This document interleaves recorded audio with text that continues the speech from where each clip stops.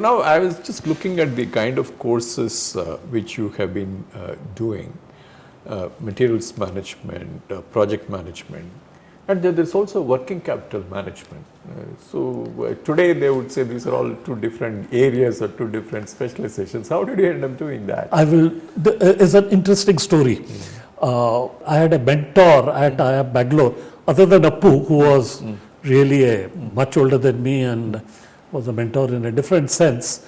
It was Vatsala Nagarajan. Okay. So the reason I get to know Vatsala properly, Thiru had also joined about the same time. So I used to ask Thiru, this teaching business, what do you think? I mean, I have been a corporate chap, so have you. He was in my course. So have you. So he said, Moloy, I'll give you a lead. Go and attend Vatsala's class. See how she takes a class, how she engages the class. Then you will know. As I said, I had only taught OBP, MDPs, I was teaching managers, which was no problem at all. Matter of fact, I was a hit there because I could, unlike some other professors, I could actually relate to their problems. And I could say, this is your problem, this is the solution which I had, or if I didn't have, I can suggest. Whereas teaching PGP was a totally different kettle of fish, so I wanted to get prepared. So he said, attend Vatsala's classes. So I went and asked her permission, Mrs. Nagarajan, can I attend this? She said, yes, by all means, sure. So I attended a few of her classes. Then I knew how teaching should be done. So Vatsala and I became good friends. So she said, Moloy, one of the basic things which we lack is how do you manage money?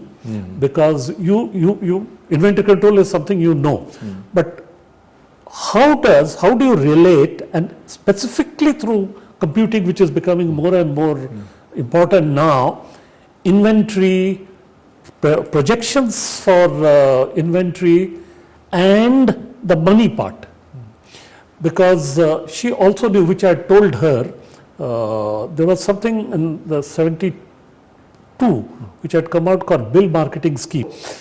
She said, you know BMS, you know computers, you know inventory control, bring out something which you have to do in working capital management, which I want to teach my students, PGP, and also in the OBP and MDP programs, which we can do.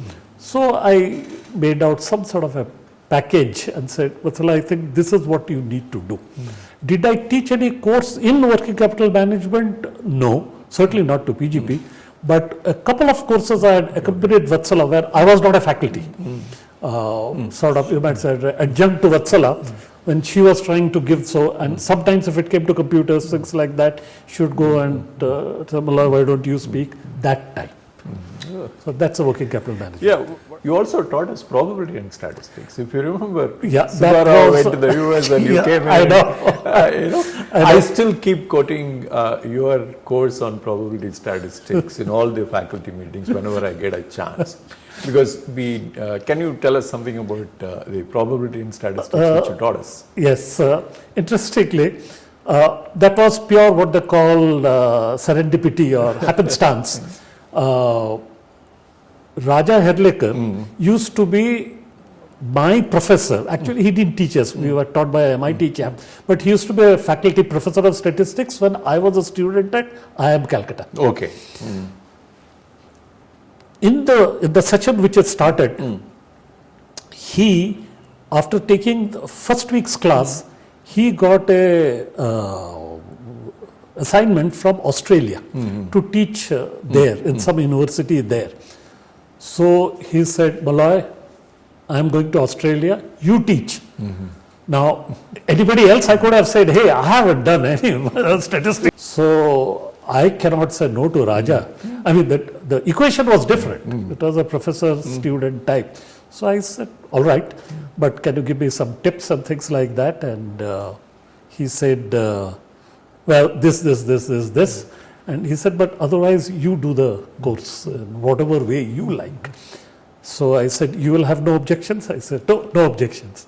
So then I got in touch with a research associate who was then a research associate who had just left. He was already in the States. called Ashok Dhareshwar. Yeah. So Ashok and I, we had a chat about how to teach this, etc., etc. And then I had a small chat only with Subbarao. And I said, I want to teach this, but it's not my field. So he gave me a few tips. He said, you are teaching people who do not know any statistics. So why are you worried? Just go ahead and teach. Okay. So that's how I did. Do you remember the grading scheme you brought into that course? Yeah, well, do you want me to actually talk about it? Yeah, that's interesting because I haven't seen anybody doing it after that. I had to do this course examination, main examination. So I set up a question paper, which had part A and part B. Part A has questions, 10 questions, each 10 marks, and then you get 100 if you score properly.